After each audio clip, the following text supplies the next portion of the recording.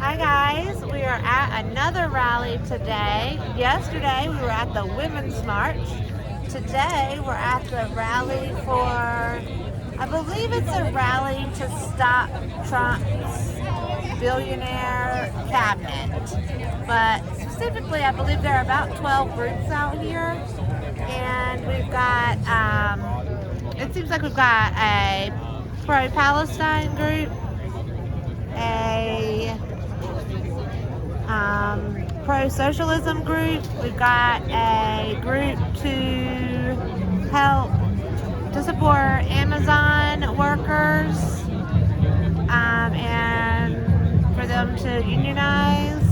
We've got a pro-immigrants group out here, and we'll walk around and take a look at all the groups. We've got a lot of dogs and a lot of people. It's a lot going on, and we're at Moore Square in downtown Raleigh. Today is Martin Luther King Day, so we have a bunch of information on Martin Luther King and what he's done, and I don't know, there's a lot going on out here, so let's just go take a look. You want me to give the dog? Yes, we've got a dog and making everything harder. The dog is. Are you making everything harder?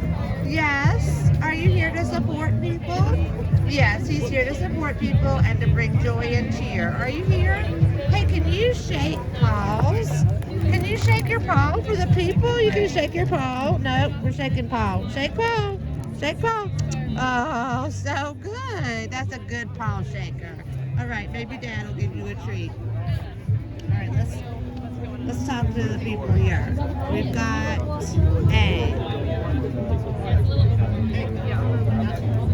we've got a girl who's wrote a book. Yeah. Hi. And hi. Are you the writer of this book, the author? I am the author. Awesome. Yes. I spent some time in Palestine a few years ago, and so I've been writing stories about it. So this is one of them, and I'm using it to fundraise for someone I know in Gaza. That's great. Destroyed, You can donate here. Whoa! No! Oh my goodness. Oh, thank you. The wind. And you can get a sack of potatoes for $15. That's great. Yes, I think these prices might be changing with the ceasefire. I heard the prices are already going down, but That's as of a awesome. week ago, this is what he's spending the GoFundMe money on. And how can they get your book if they're not here or find out more about you? Oh, that's a great question. I don't have a website yet, but my name is Ruth Jeffers. Okay. That's my name on Facebook and Instagram, so message me. LinkedIn. All right. Yeah, I'm a writer, but haven't published much yet, so Okay, cool. I Yep. want to share my stories about Palestine. So. Awesome. Yeah. Yep, you can find more information about her and support her. And we've got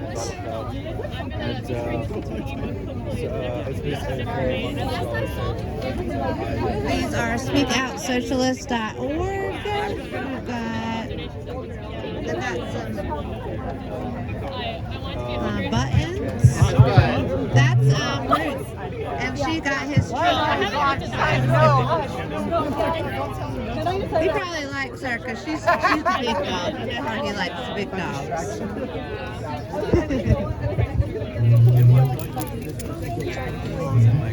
Keep an eye on him. He's not. He's saying I'm working. He wants to play Today?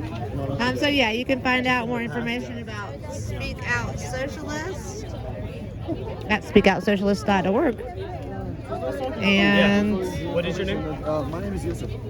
they've got Take care. a lot of Hope you can check out the information. event. You want to tell the people anything?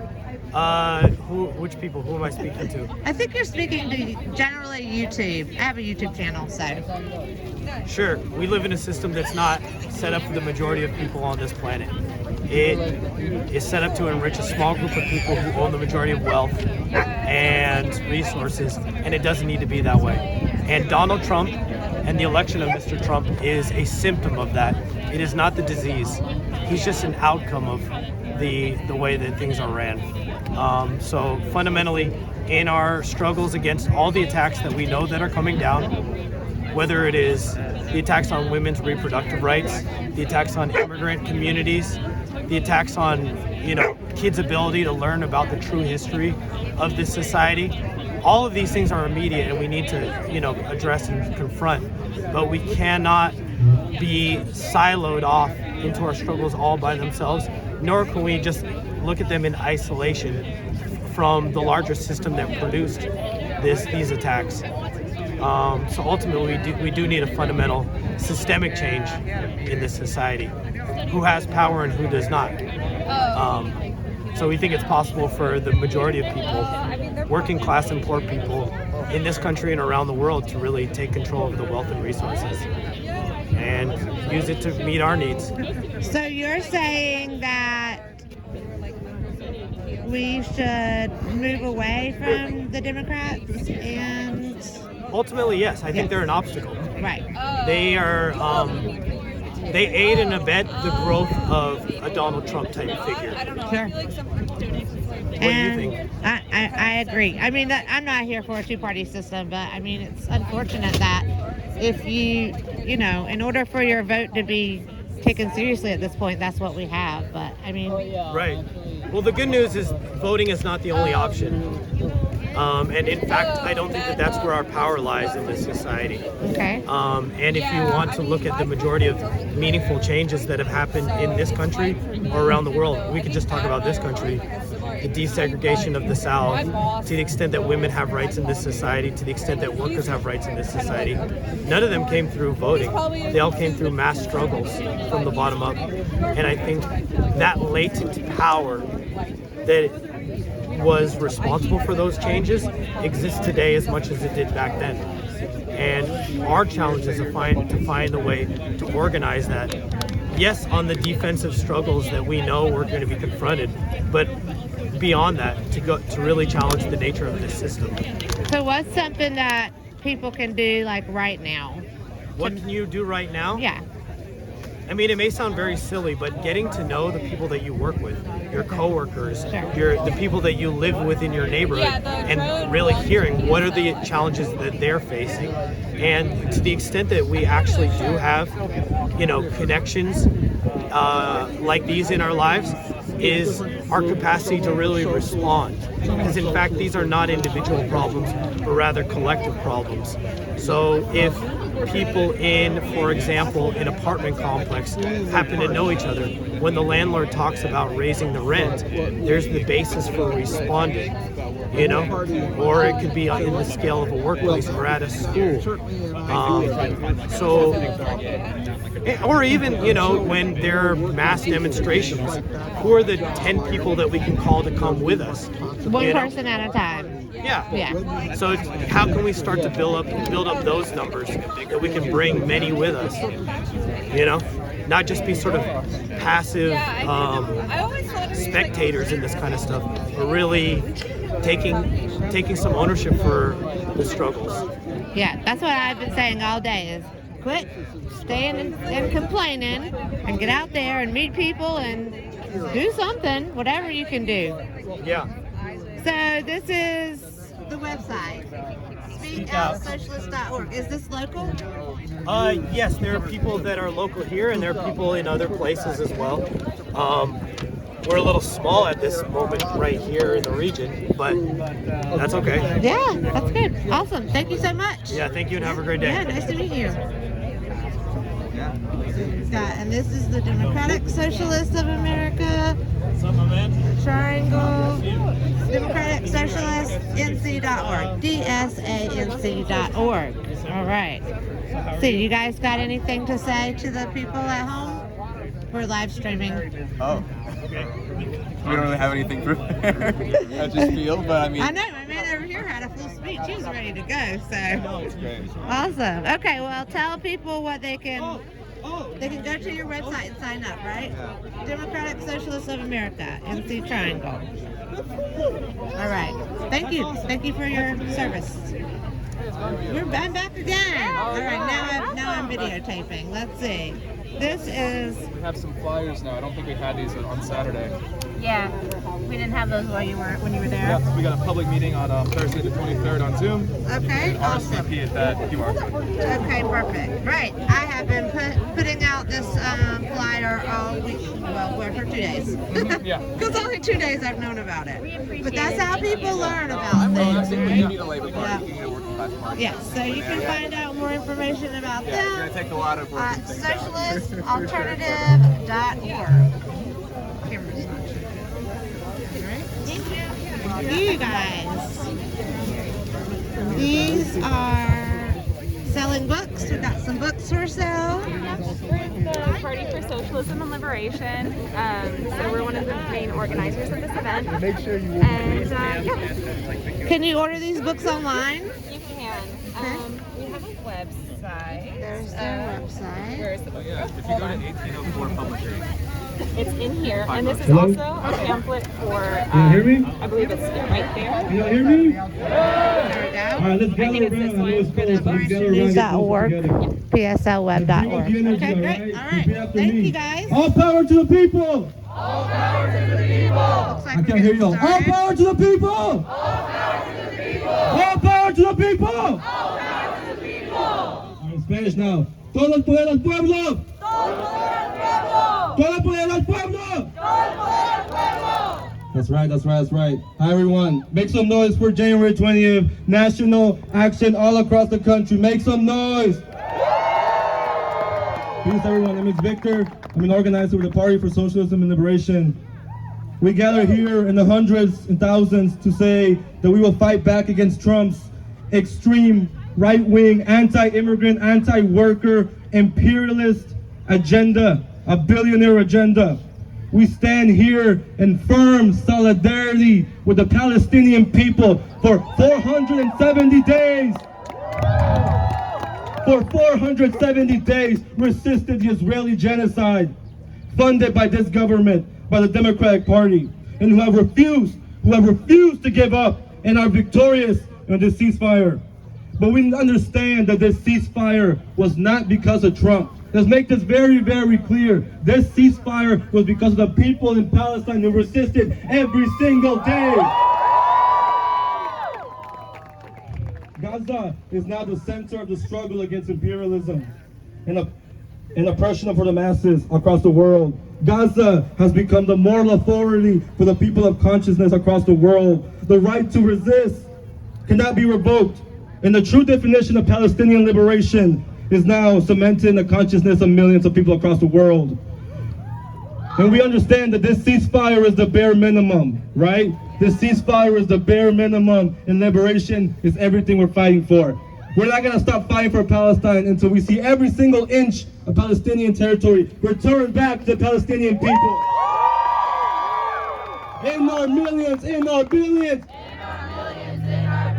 We are all Palestinians. And we stand here to ask the question, what is to be done? What is to be done? How do we fight back against Trump's agenda to deport millions of immigrants? His attack on the workers, his attack on the LGBT community, his continuation of American crimes across the world, and his continuation of taking the wealth of working class people and giving it to the billionaires. That is the question. What is to be done? And we answer that by saying we must have the strongest solidarity we've ever had. And we must organize. We must organize and organize like we never organized before, right? This is why today is so important. You see people from every single background, from every single struggle, coming together and say, we're gonna fight back. Because one attack on one oppressed people is an attack on every single one of us, right? Yeah! In over 80 cities across the country, there's massive demonstrations from DC to Raleigh to Los Angeles to even Alaska.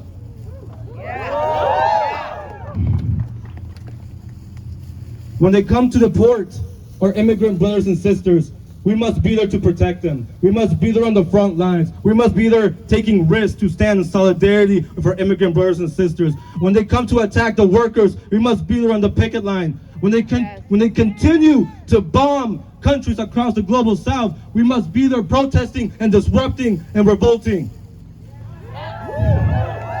Instead of meeting the needs of people and solving the climate catastrophe that's getting worse every single day, Trump and his billionaire friends will continue to fund the pockets of weapons corporations. But we need to understand very clearly, how did we get here? How did we get here? We got here because the Democratic Party completely failed to speak to the needs of working class people. We got here because the Democratic Party completely turned their backs on the immigrant community. And we got here most importantly, most significantly, because for 470 days, to the very last day of the presidency, Joe Biden and the Democratic Party funded and oversaw one of the worst genocides of our entire lifetime. That's how we got here. Shame! Shame! But we must understand, Trump did not win this election because ordinary people are becoming more right-wing. That's not true, right? He won this election because people are waking up to the fact that the two-party system does not work for the majority of people, and they're abandoning the Democratic Party. So we must let go of this idea that the ordinary people are becoming more right-wing. No, the ruling class is becoming more right-wing. But don't get confused either. Trump is a billionaire, right? He's a billionaire. You know, he's a billionaire who was elected by other billionaires to serve the interests of other billionaires. Let's look at who's in his cabinet, right? The richest people in the world. Elon Musk is right there next to him making decisions for this government. Isn't that crazy? The corruption is right in your face. How can we talk about democracy? How can we seriously talk about democracy and human rights when we've seen what this country has committed? But somehow the Trump and Congress wants us to believe that's undocumented migrants who are the problem, right? The poorest paid people in this country, the most exploited people in this country, somehow they're responsible for inflation or for violence or for all these other issues in society. But we know those are lies. We know those are complete lies. And as working class people, immigrant or not, we must stand in complete and utter solidarity with immigrant families and immigrant communities. And to my fellow brothers and sisters who are immigrants, because I'm an immigrant myself. That's right, there's many people here, I see so many faces here. We must fight back. They want us to be scared. They want us to stay home and not speak out. But right now, we must fight back, right? And people who are not immigrants, you have to fight back even harder than the immigrants, right? Because you have to show that solidarity and stand with the immigrant community. Before I introduce our first speaker, I want to acknowledge the significance of today, because yes, it's Inauguration Day, but much more importantly is Martin Luther King Day. So make some noise for Martin Luther King. We know that Dr. King, if he were alive today, would be right here in the streets with us, right? And we honor the real Dr. King, the anti-imperialist, the pro-socialist. That's the real Dr. King. And I echo his words when he said, capitalism has outlived its usefulness. Capitalism has outlived its usefulness. And to tell us more about the radical legacy and pro-worker agenda of Dr. King, we're going to have our first speaker, Bria from Refund Raleigh. So make some noise for Bria.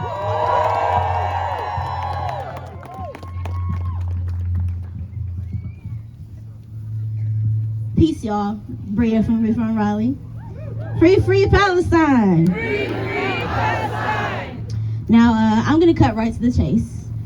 And of course, we are facing a contradiction, as Victor named today, that we are commemorating a black radical legacy while a billionaire warmonger has once again been sworn into office. But I would contend that King would recognize that the primary contradiction of today is a contradiction that persists every single day. It's the contradictions of racism, of capitalism, of imperialism, contradictions we've been living with since this nation came into existence.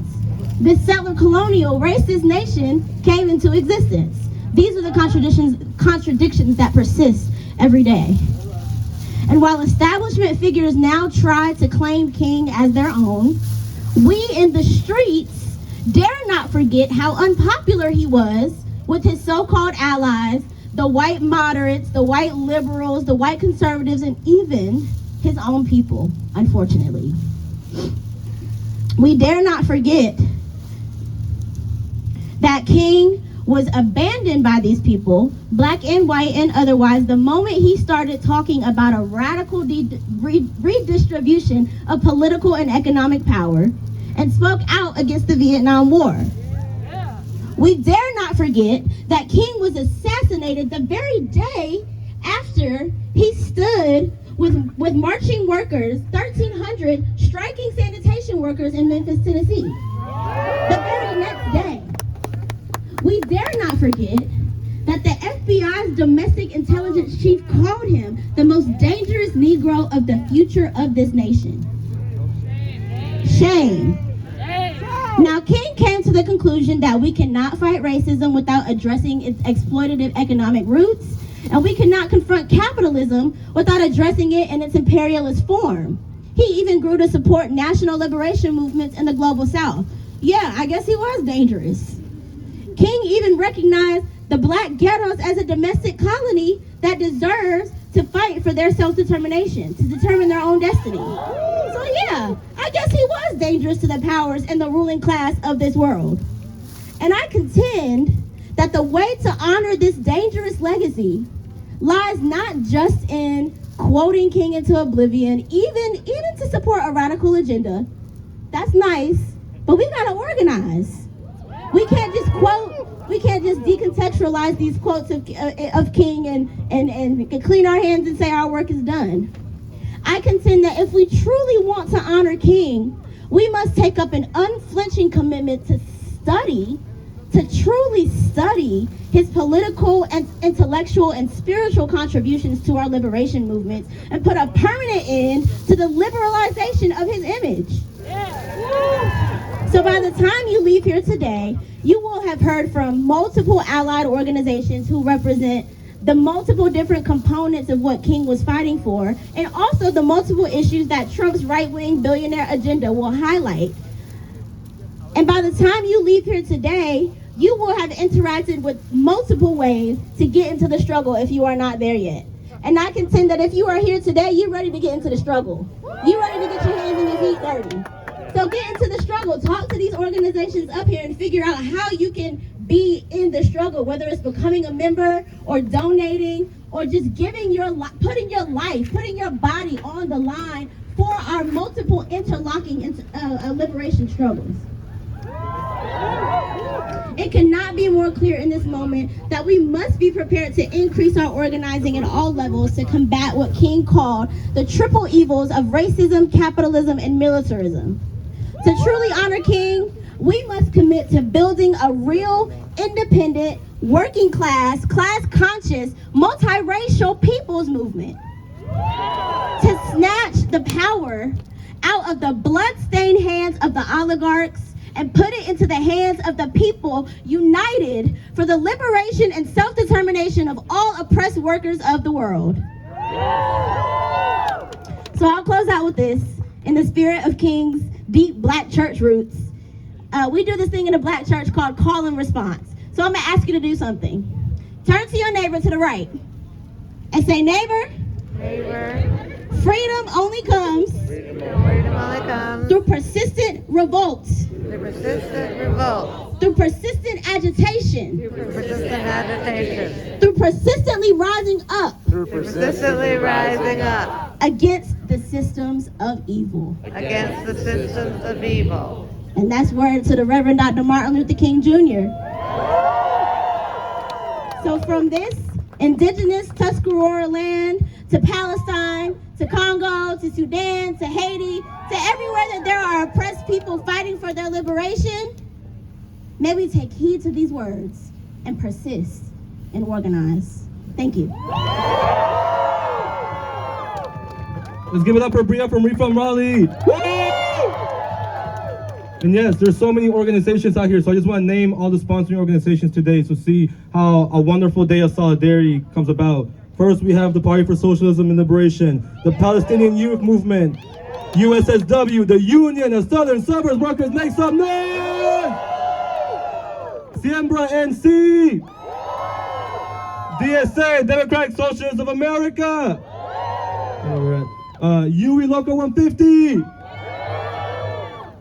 All African People's Revolutionary Party, el Comité de Acción Popular, Muslims for Social Justice, Healthcare Workers for Palestine, Dissenters at NCSU, North Carolina Green Party, Mothers for Ceasefire, Change Paps Durham, Southern Workers Assembly, El Pueblo, Migrant Roots Media, DGSU Duke Grad Student Union, Refund Raleigh, Duke Beyond Borders, Mi Barrio, UNC Students for Justice in Palestine, Socialist Alternative, Sunrise Durham, Somos Durham, the Brown Berets, Black Workers for Justice, Muslim Women for, and Jewish Voices for Peace. Make some noise for all the organizations. That's solidarity. And to introduce our next speaker, we have Shams from the Palestinian Youth Movement, who will be talking about, let's make some noise for the PYM.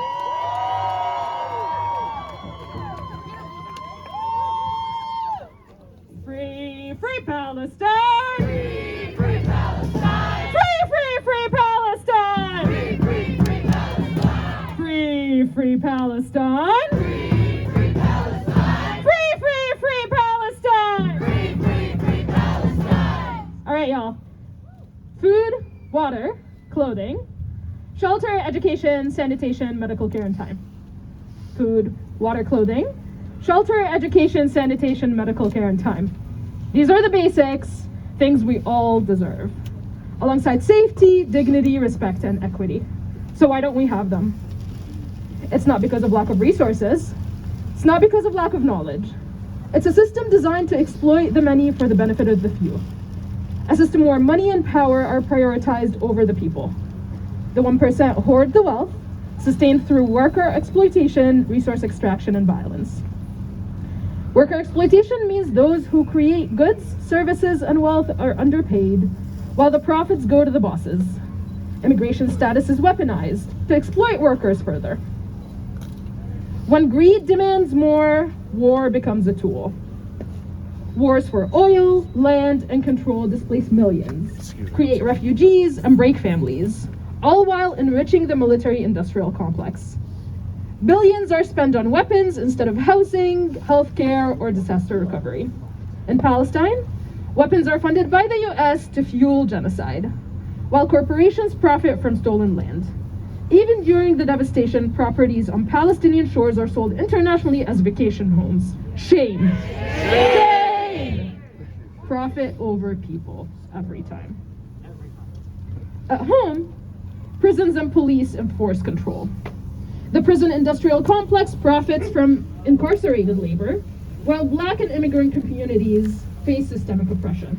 Shame. Shame! But we're not powerless. Around the world, resistance grows. From Palestinian defiance to movements for racial justice and workers' rights, we must organize, reject lies, and demand a world where everyone's needs are met. After 15 months of unimaginable horrors in Gaza, Palestinians have emerged victorious. Let's go!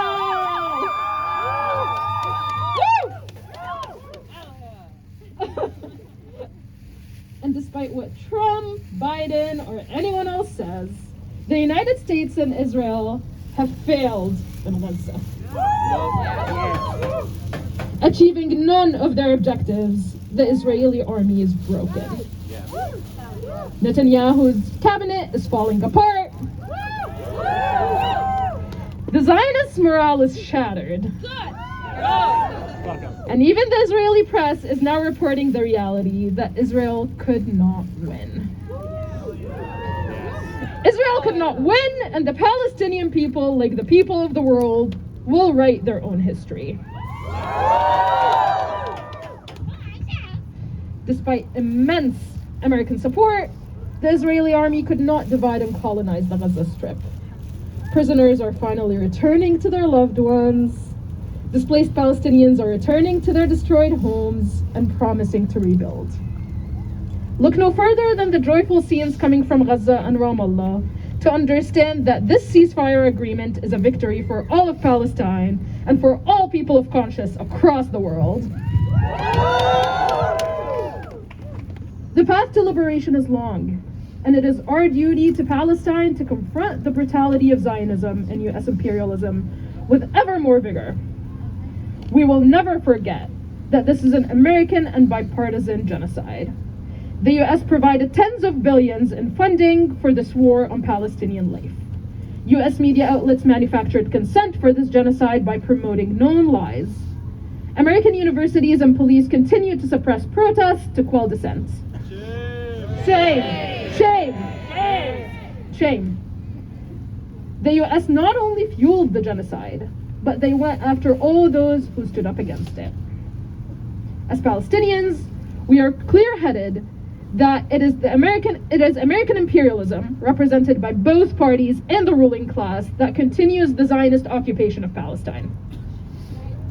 The genocidal Biden administration was not our friend, and neither is the incoming administration. The ceasefire deal and the historic prisoner release it includes was not given to us by Trump. It is not his nor his administration's gift to the Palestinian people. No. It was won by the steadfastness and unyielding resolve of the Palestinian people of Gaza. It is our duty to halt Zionism's genocidal agenda.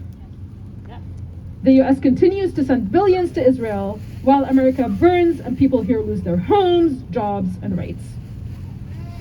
Shame. Shame. Moreover, logistics companies like Maersk, operating out of our backyard in New York and Jersey, provide an unending flow of military components without which this US genocide would have been impossible. The side of struggle is right here. And we join with all people in struggle against the billionaire agenda that profits from genocide and destruction. In the words of Dr. King, we may have all come on different ships, but we're in the same boat now. Whether we're Black, Palestinian, an immigrant, or working class, we're all connected in the struggle